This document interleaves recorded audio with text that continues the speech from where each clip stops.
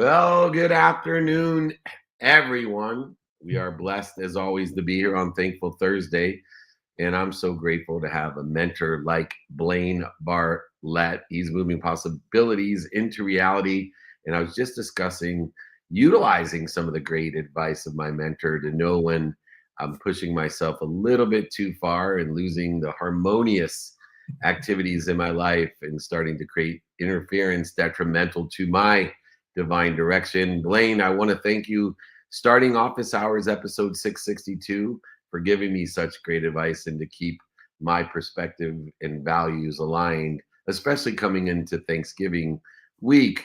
I think I was about to push myself too far. So thank you, my friend, for being here. You're welcome. Hey, gotta take care of you. If you don't, I will. If you don't take care of yourself, you won't take care of others is another great lesson from Blaine Bartlett, my mentor. Speaking of which, in harmony, just found out I have a neighbor. I'll be passing him by on my way to San Diego tonight to bless to speak down there at the Sports Business Institute. And we have Garrett, Delph, a San Diegan, a North County guy, we call him, founder and CEO of Clarity Ops. And I think I needed a little bit of Clarity Ops today in my own professional career. Garrett, welcome to episode 662 of Office Hours. That's amazing. Thanks so much, David. Really great to be here. It's great to have you. You know, you have a bespoke type of business that's aligned with something that I'm really delving into. It's an expense that most businesses don't think about. Mm-hmm. And this one expense comes mostly when we're not prepared or expecting it. And this expense is called an emotional expense. It's actually a quantitative expense. It's not quite as expensive as the dummy tax, which everybody kind of knows about. And that doesn't matter what peak or part of business you're utilizing. You're going to have to pay the dummy tax. Hopefully you'll get a mentor like Blaine and you won't pay as much in the dummy tax as other people. But this emotional expense, we feel is going to be gone when we start really making it as a business. When we start expanding and growing, we feel like, oh yeah, we're over the hump. And a lot of times that emotional expense is greater than ever when we start to expand. And your company is on a journey to help facilitate these operational efficiencies, the reduction of emotional expense through expansion and growth. What are some of the key indicators that we have some work to do, especially when our companies are growing? Yeah, I really like that term, by the way, emotional expense, because it ties in really well to one of the signals, one of the indicators, which is cultural. You know, your employment churn typically is a really great signal and indicator that something's going wrong internally.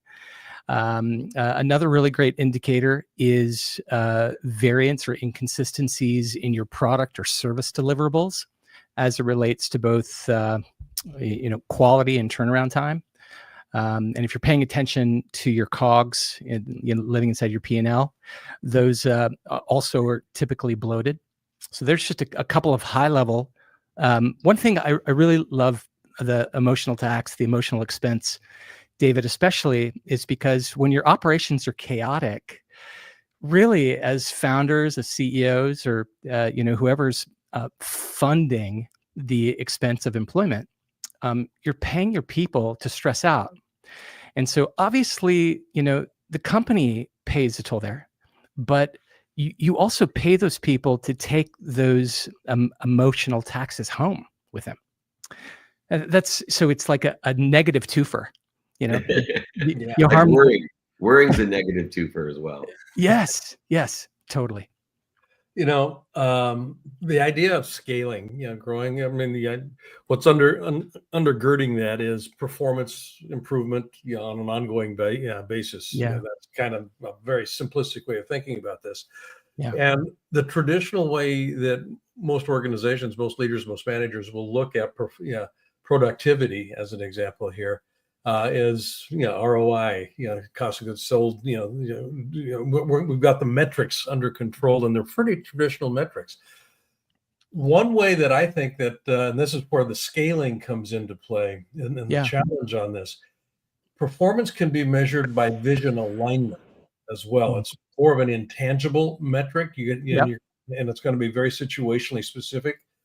But that idea of vision alignment, when we start to grow, and you mentioned, quality sometimes gets a hit.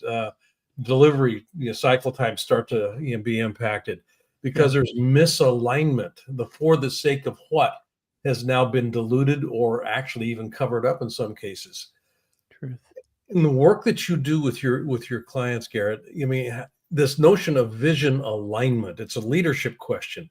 How do you be sure, or how do you actually work with your leaders in the companies that you work with to emphasize the point that what they really fundamentally have to align around is making sure, and this is part of the culture, that their people are still aligned with that for the sake of what that informs why we exist as a company. Yeah. Oh, it's so good, Blaine. It's so good. Jeff Weiner, ex-CEO of LinkedIn.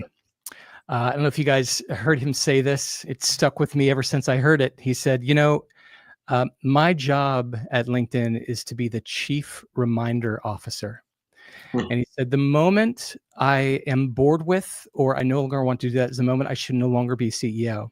Not that he left for that reason, but it's really well tied to this idea of vision, because it is the job of the leader and leaders in the business to keep reminding the business about where it wants to go.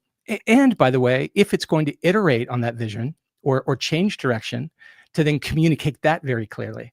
And so, one of the things we work steadfastly on is this idea of communication rhythms, and using, actually reminding strategically to continue to reinforce where we're going, what we're doing, how we do it, and when it should be done.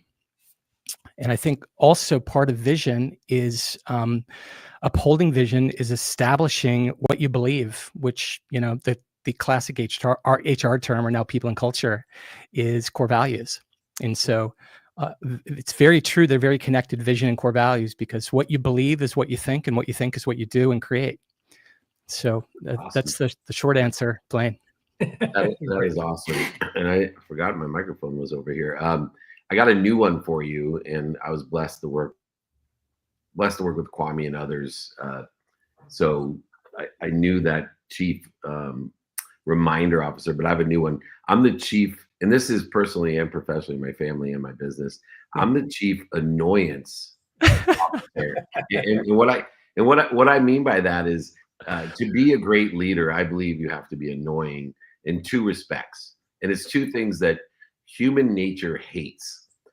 Number one, honesty. I think all great leaders have to be able to communicate honestly, delicately, but honestly with their employees, which runs the risk of hurting feelings and demotivation. But two, what's worse is the second component. You have to be repetitive. Human beings, they don't learn the first time. They pretend to know and learn the first time, but great leaders are repetitive and reminding in that repetition. So you can steal David Meltzer someday if I'm ever a great leader to be looked up to. You could tell people, yeah, this Dave Meltzer guy, if you know him, he's chairman of Napoleon Hill Institute. He was the chief annoyance officer of the Napoleon Hill Institute. So I thought that was good. I'd love to finish because I know Kove is in the green room, but one of the other aspects is people first.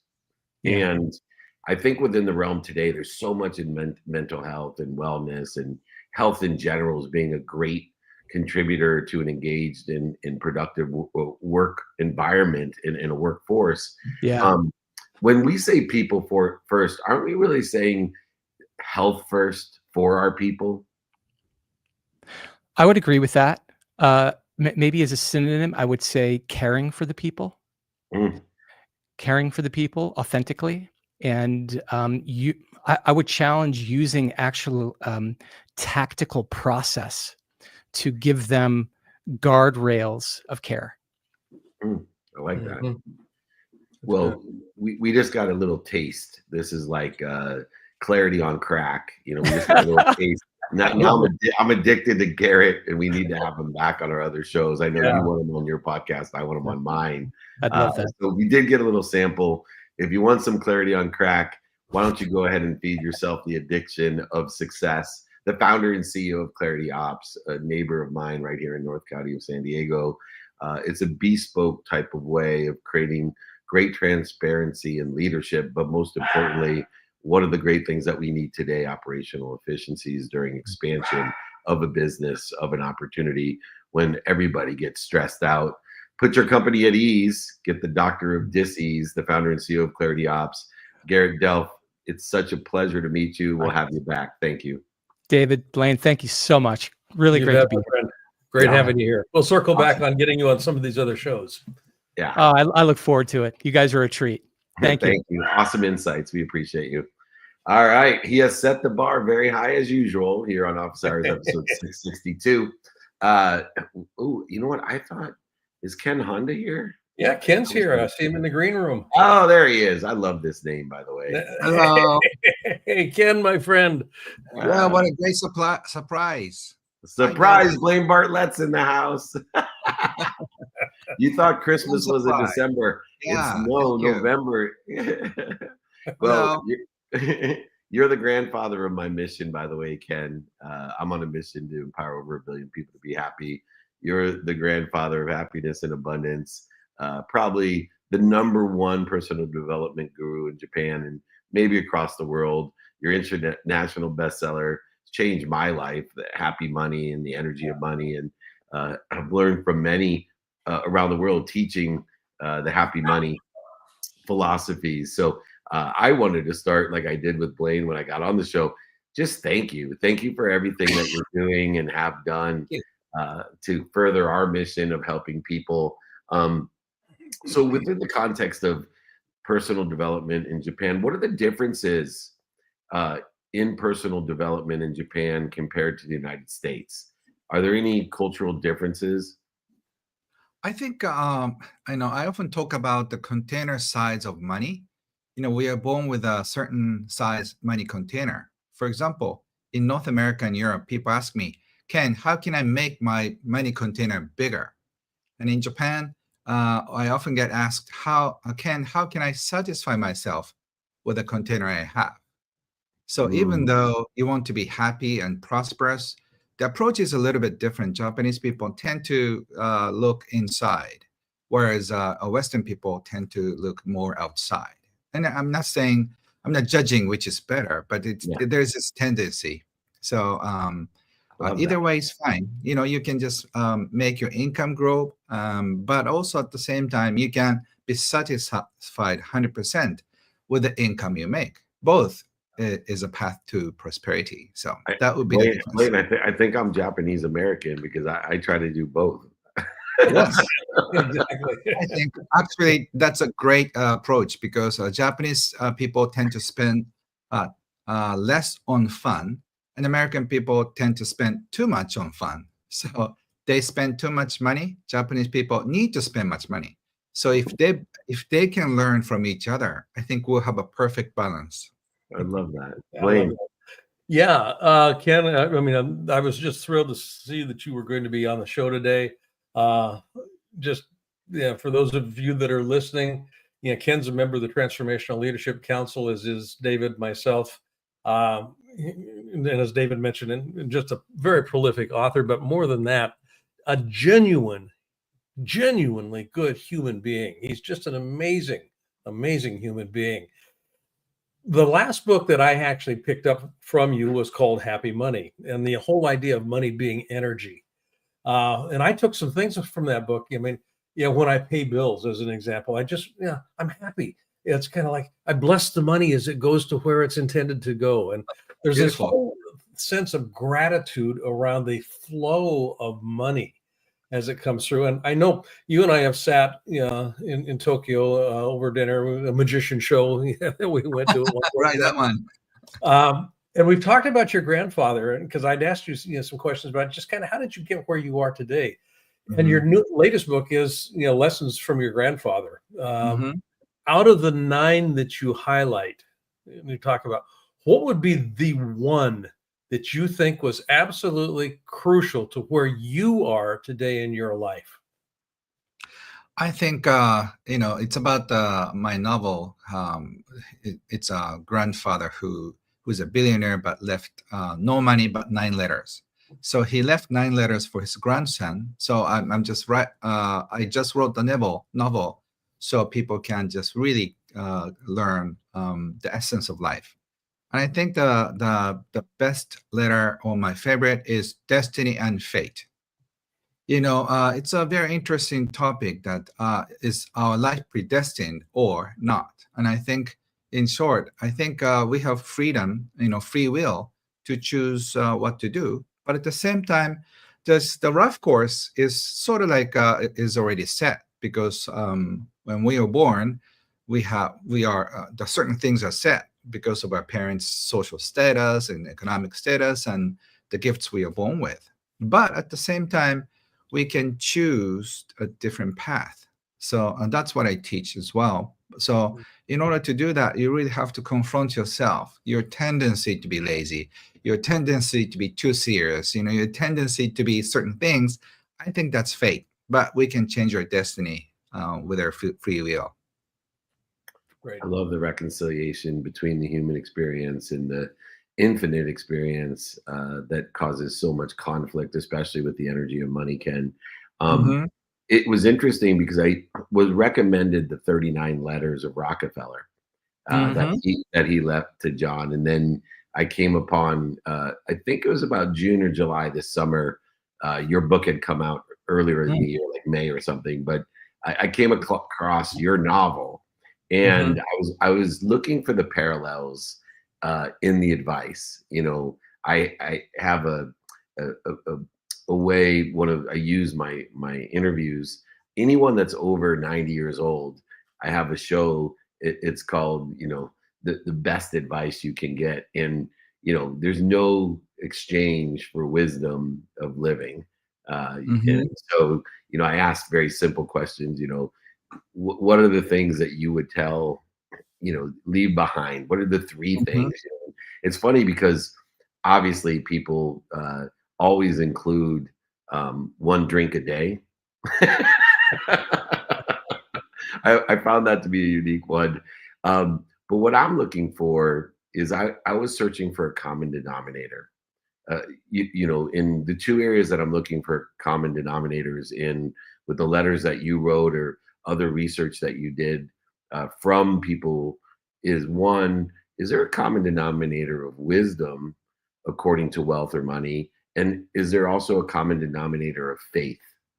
And so I would love your advice on the common denominator between wisdom and faith when it relates to the energy of money or wealth. Yes, that's a very deep question. I have asked these questions to my mentors who are millionaires and billionaires. And what's interesting is everybody's, of course, different, but it seems to me that they trust a better future. So I had this very honorable experience of meeting emperor or prime ministers in the past, several prime ministers personally. So I got to ask questions for our prime ministers. And when you were young, did you ever think that you become prime ministers, prime minister in the future? Or I have dozens of personal friends whose company are now public companies. They started from zero, one person, and then they have like 60,000 employees. And I asked the same question. Did you ever think that your company that you started with one person becomes so big? And the interesting thing is even though they didn't really have the clear picture of what's possible, but they could sense it. Something good is going to happen. So you don't really have to have a specific goal. But if you have this feeling that something nice or something fun is happening to me, after this, even though you're in a turmoil of divorce or election or bankruptcy or whatever that is, so you feel so upset over something, but that shall also pass. And then over there, there's something fun is waiting for me. I think if you have that feeling, I think I think you can call it a faith, but it doesn't have to be that strong. Just a feeling, oh, something fun is waiting for me. So if you have that, I think the hope will carry you through the hard times. I love it. When I lost everything in 2008, I remember telling myself, I need to believe that somehow this is protecting, promoting, loving me, or perfecting me. But I should have said, something fun is going to come out of this. It was much easier. But I will have to admit, Ken, I would have never met Blaine Bartlett. I never would have been part of the Transformational Leadership Council. I never would have met Ken Honda. I never would have read the books that I've read, including the one behind Blaine and his other books and your books as well. Yeah, his books are so great, Blaine. Yes, they are. And you are what you read and what you eat. They're both literally the same thing, one for the body and one for the mind. So read and eat that which are Japan's #1 personal development guru, the author of amazing best-selling books, The Happy Money Guide, and his newest and latest, True Wealth, 9 Lessons from a Grandfather on Happiness and Abundance. Ken Honda, I wish you all the happiness and abundance that the infinite universe provides. Come back and see us. Anytime. Gonna see you at the next meeting. Right. Yes. Have a beautiful day and night. Thank you. We might crash the party next time. I'm gonna come see the magician with you. All right. Thank you. Anytime, David. Thank you, Ken. Thanks, Ken. Wow, we're on fire today. You know, after 662 episodes, people, you know, we attract the right people. Let's just put it that way. They start to get the sense we know what we're doing. Exactly. It was starting to get the sense. Yeah, I think you already knew what you're doing. I'm learning from you. But Mona's here. She'll hold us up. She's our third hitter here. I think Mona's here, and if not, we'll bring on. Is Mona here, Gigi? Thumbs up. We'll go right to. All right. I think we're gonna. We got Kava. Oh, I went the wrong way. Yeah. Kava is here. Kava, yes. How are you doing? Founder and president of Rise Up. I got out of order there. I got so excited about all these killer guests, Blaine. I went out of order. I apologize. It's all good. You know, Kava, we were talking about an expense that a lot of great leaders don't look at in the professional world, this emotional expense. And one of the ways today that we can reduce emotional expense is use AI. Another way is to use outsourced talent. And I used to think that the benefit of outsourced talent was a cheaper workforce, but it was really the emotional expense. And one of the things that I've learned as an executive coach in helping people build their businesses is fractionalized C-level executives. And you really have great expertise on how fractional CMOs are changing the budgets, not just for a mid-sized company, but for startups and scale-ups. And that's really what Rise Up does.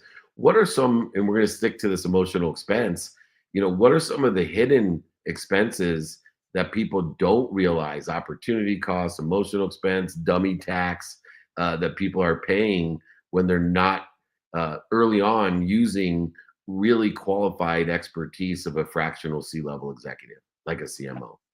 All right. Thank you for having me. So my name is Kave, founder and president of Rise Up. And then we are a fractional CMO agency, as you mentioned. Now, for the risk of stating obvious, like, of course, the first direct cost is just if you are hiring a CMO, you have to pay about 2024 rates, like 300 to 500K and above, like per year, where you bring a fractional CMO on board is like a small fraction of that cost. And then like it does not only that job, in my opinion, better job, and I'm going to explain why, which goes to the other costs. But before even opportunity cost and emotional expense, which is a very interesting perspective, by the way, I would say the next thing is just the cost of shooting in the dark. So like then basically companies without a strategic fractional CMO, they may spend 6 months, a year, and figuring out different campaigns, versus like a fractional CMO that has been there and has done that. Like they know, okay, so these are probably your top 3 marketing channels, and then you should go for that, and already you are 6 months ahead. And that brings the next thing, which is the opportunity cost, which is, let's say, especially in the age of AI, right? So we are right now at a moment of time that there are a huge amount of opportunities in front of any company that goes to AI, whether B2B or B2C. But 6 months from now or a year from now, that could be a very different dynamics. Now, if you want to go and bring like a full-time team and hire everyone, and like so you have already lost that time, versus like if you bring a fractional CMO with a team of experts that each one excels at something, so then you can just basically jumpstart something very, very quickly. Yeah, in the sense of I would say emotional aspects, one very interesting thing is that fractional CMOs, because they work with different clients at the same time. So let's say last month was a good example of that. Last month's election had some real impact on people waiting to know the results to make a decision. So a lot of business is very slow. Now, if you are a full-time CMO somewhere, you may not get the sense of, okay, so what's happening in the market exactly? But as fractional CMO working with a lot of different businesses, you say, oh, it's the same thing is happening in a lot of different businesses. So it's probably just a market that is reacting in a certain way because of the uncertainty before they come to a certain conclusion, you know? So that has one of, but yeah, I stopped, like, I let you That's ask your fascinating. questions. I didn't think Yeah. about that. That's cool. The aggregate of the market. Yeah. And different sectors actually conspiring to come into focus. About what's on the horizon here. I've actually recommended fractional CMOs to a couple of my clients. Particularly in the healthcare space and the medical device space. If we look at marketing through the lens of the net result of an effective marketing, not campaign, but an effective marketing endeavor, we got a lot of pieces that are in play here, but the net result is you create the experience of safety so that people want to actually consume what it is that you're offering. It feels safe to them. You minimize risk. That's on the consumer side. On the hiring side, if I'm a CEO bringing in a fractional CMO as an example, I've probably got budgetary constraints in mind here. Probably not at the size from a scale perspective that I can afford a full-time CMO as an example. So safety is going to be something that is going to be needing to be addressed for me in order to make that hiring decision. How do I bring that person in? So long prelude to this, but rise up. How do you actually create the experience from a marketing perspective? How do you create the experience of safety? Such that the CEO client that you're working with goes, got it.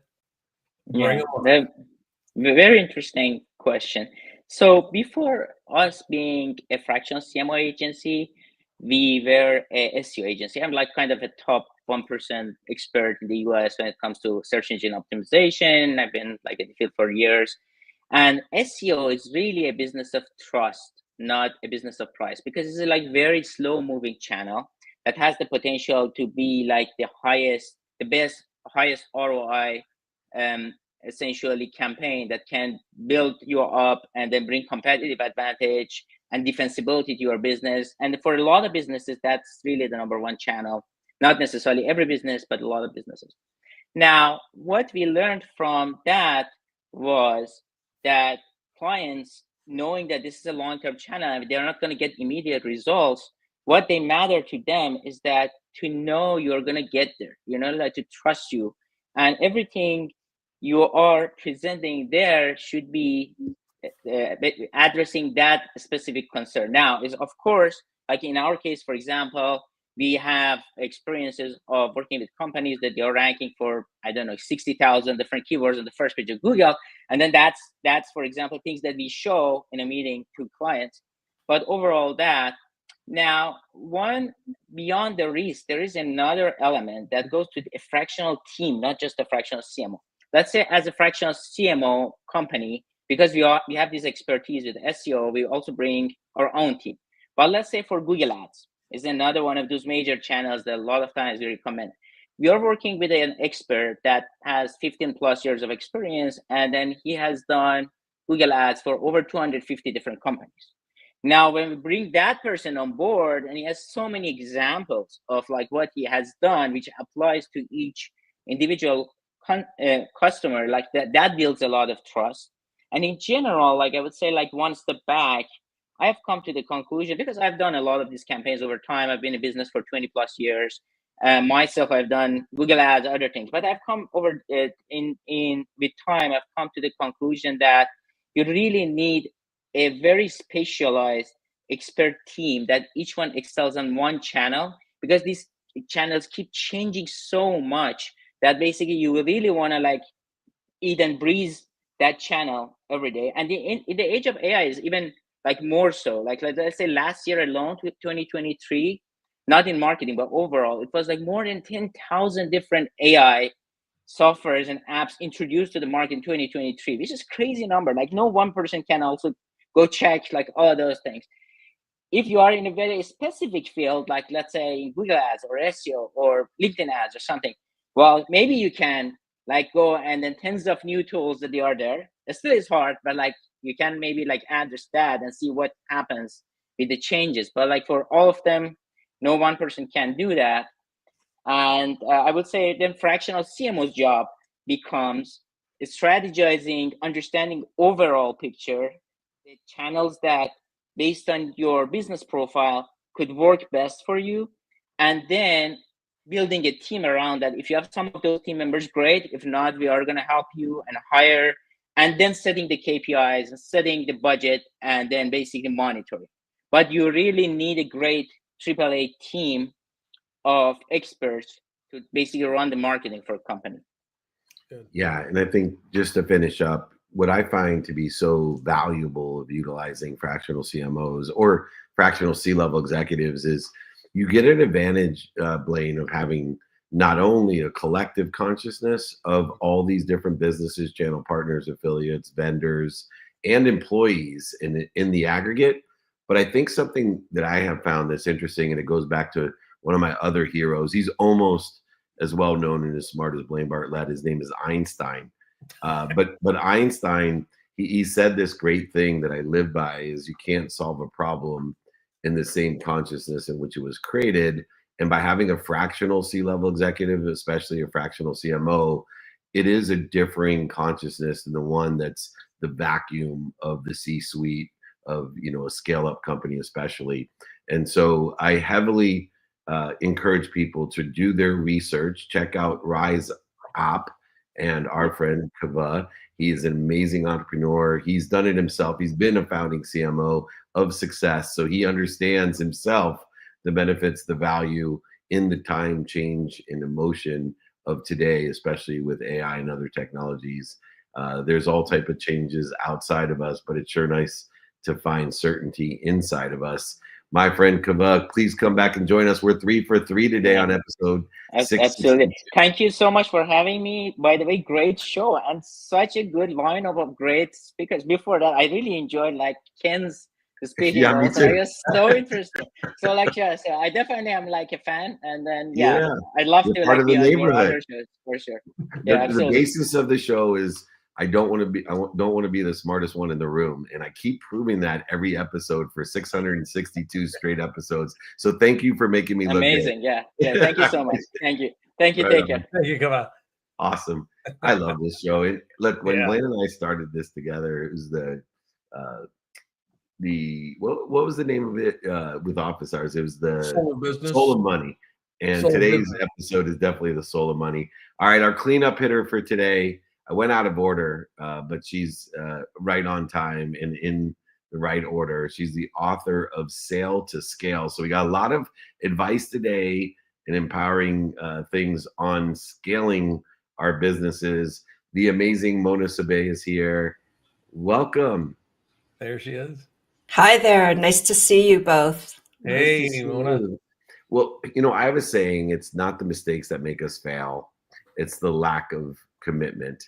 But in that statement lies subtlety. It's usually the number of mistakes that we make that causes the lack of commitment that then causes the failure. And you've written the book on understanding the dummy tax, the mistakes that a lot of startup make in the launch to exit process. And your book that came out this year, Sale to Scale, helps to steer us around those and through those mistakes that are most common.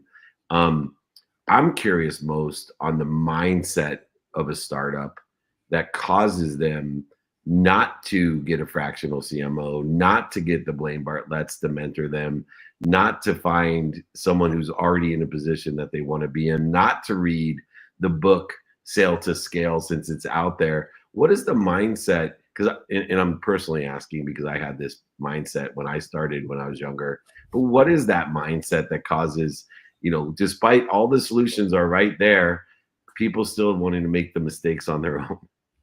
Well, I mean, that's an interesting question. I think that, look, the stories we hear in the business news, they're all focused on one extreme or the other right now, right? So they either celebrate the supposed instant successes or they vilify the complete flameouts. Retrospectively, we knew they were going to be a complete flameout, although I don't think we would have figured it out at the time. So the dominant narrative is, stick name in here, Jobs, Bezos, Zuckerberg, one big and fast. Let me tell you how they did it.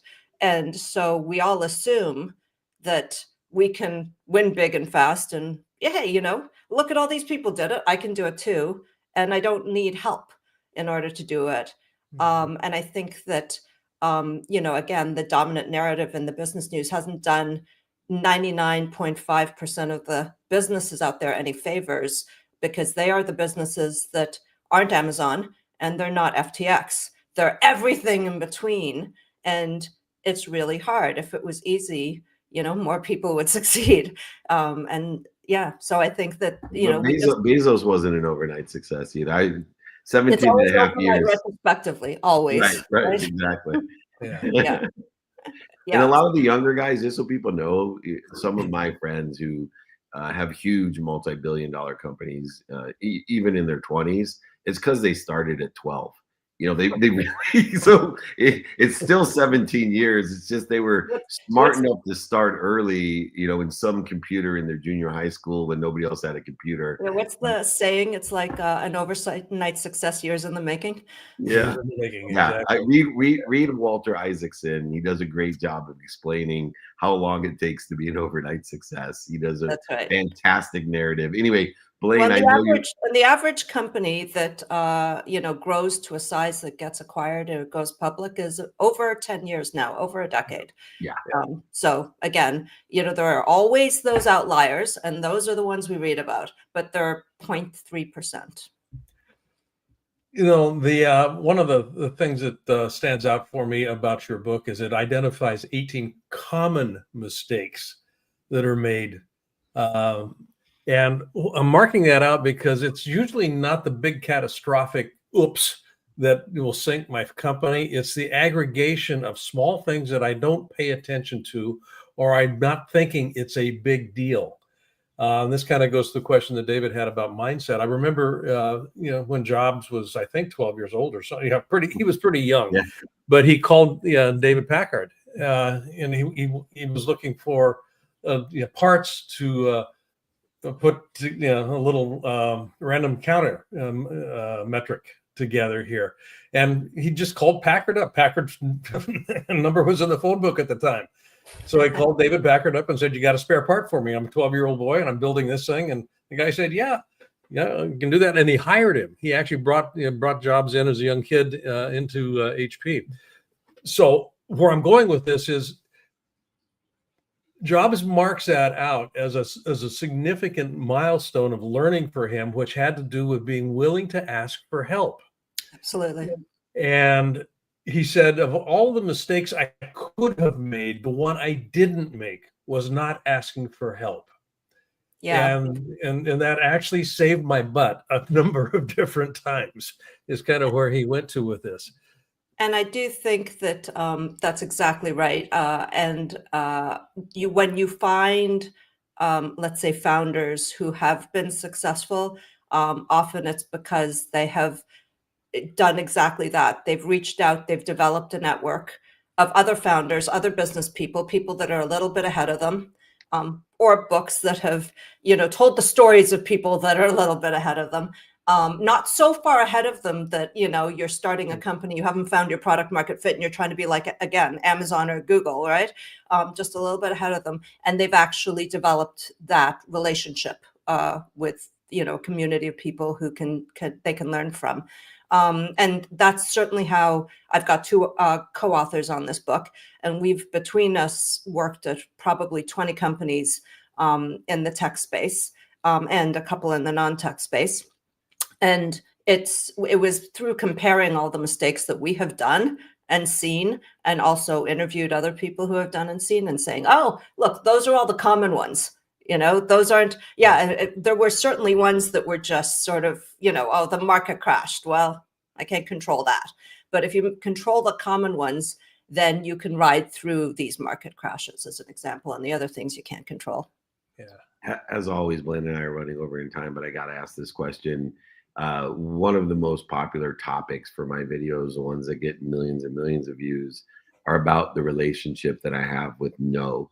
And I know in your book, you do an excellent job of creating an understanding of the importance of saying no. And so I was hoping maybe before we let you go, you could give us a tip on that relationship with no, or how important it is, or when to say no. Yeah, it's I call it, how when you're not saying no enough. I call it, you end up creating and rewarding what I call emergency response teams. And that's what we talk about in the book, right? So suddenly there's fires everywhere, and everybody is like doing diving catches to try and save that. And then you clap and you reward and you give them bonuses. But this is all wrong. That you're not deconstructing the original problem, which is you've followed bright, shiny objects for the last, X quarters. You have way too many things on your plate, and that's why everything's falling apart, and that you have emergency response teams. So, how do you reduce that? How do you avoid? Sounds like your dog is enjoying my comments. How do you? My driver has not yet learned not to knock on my door. I tried to tell him. Wound up too. Why don't you sign off real quick? Oh, here we go. Mona, thank you so much. I apologize. Oh, hold on. No worries. Blaine, you sign it off.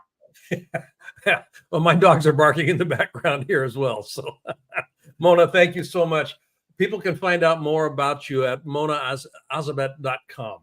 And the book, folks, we've been looking at scaling all day today on the show here. Steer your startup clear of mistakes from launch to exit. So there's always a beginning, a middle, and an end. And in the middle is where you can get tripped up pretty quickly if you're not paying some attention. So this book is a pretty good blueprint for what to pay attention to. So do yourself a favor and go find a copy of it at the traditional ones. We mentioned Amazon a couple of times. You can probably get a copy real quick right there, right now. Mona, thank you. Thanks for the invite. Nice talking to you both. We'll have you back on. What a great book. And the dummy tax will be saved if you buy the great book by Mona Azabet. Thank you so much for joining us. Thanks so much. Awesome. All right, Blaine, you know what time it is. Tell me what time it is, Blaine. Hey, it's opportunity of what did you take away from this? Exactly. Yes. Now, I butchered a couple of phrases there, but you get the idea. What did I take away? The idea of scaling has always intrigued me, and I've got all of my clients at some point in time will come to that that little piece where, how do I get this to that next level? Because what got me here isn't going to get me there.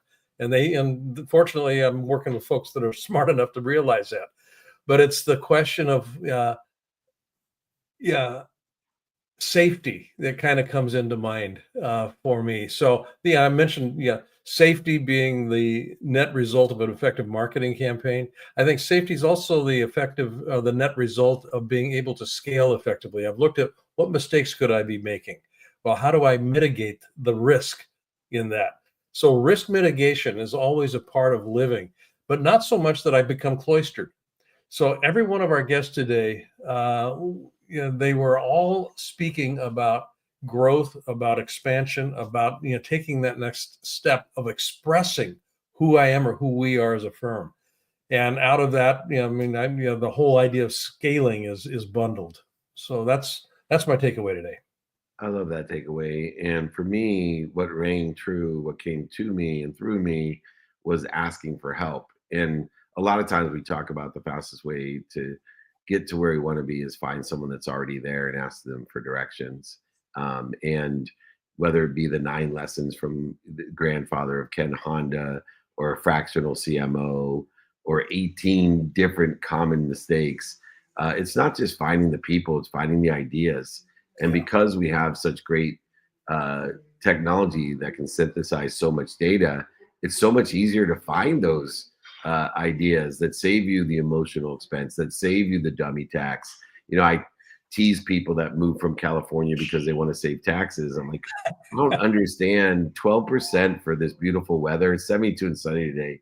Why don't you look at how you can save dummy tax and buy Mona's book? A dummy tax can cost you everything you've ever made, plus what you ever will make in the future. And whether it was Zuckerberg or Bezos or Jobs or Gates, one thing within their arrogance that made them successful, that insatiable desire to be what they must be, was the humility to ask for help. Whether, it was from Woz or from, Packard or whoever, they all, if you read Walter Isaacson's book about these guys, they all ask for help. And it's the biggest downfall of my life. So it resonates with me to remind people my biggest takeaway of the day. Fastest way to get to where you want to be is ask for help. And we have 4 people here today that have put it out there, saving millions, if not billions of dollars for companies. So go ahead, reach out, buy the books, buy the audiobook if you like to listen like me. Reach out to Blaine Bartlett, whatever you need to do. Fastest way to get to where you want to be, ask for help or help someone get to where they want to be, of course. Blaine Bartlett, that's your role in my life, helping me get to where I want to be or better. Please send my love to your gorgeous wife. I will see you tomorrow on our board meeting. God bless you, Blaine Bartlett. Check out the mentor I know, Blaine Bartlett at Blaine Bartlett. Thank you, brother. And I'm glad you're staying home next week. I am staying home. Thanksgiving. It is Thankful Thursday, and I'm thankful for so many things in my life. Thank you, Blaine. Thank you, guests. And we'll go ahead, Gigi, and there we go.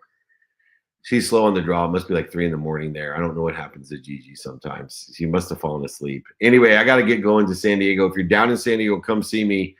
Next we canceled Turkey, so now we're in Washington, D.C., then San Antonio, then SoFi Stadium. If you can't keep up with us, I don't blame you. I can't keep up with us. I just text 949-298-2905. You'll be notified where we're going to be and when we're going to be there. Speeches, meetups, holding courts, VIP dinners, mastermind, TV shows, podcasts, digital shows, just to name a few. 949-298-2905. It's written right there. Email me, david@dmeltzer.com, if you'd like to join us in any capacity. Join our neighborhood of people that want to help each other and know people that can help each other. We're blessed to have episode 662 of Office Hours. Remember, be more interested than interesting. Be kind to your future self and do good deeds. Have a blessed night. Thankful Thursday. That's it.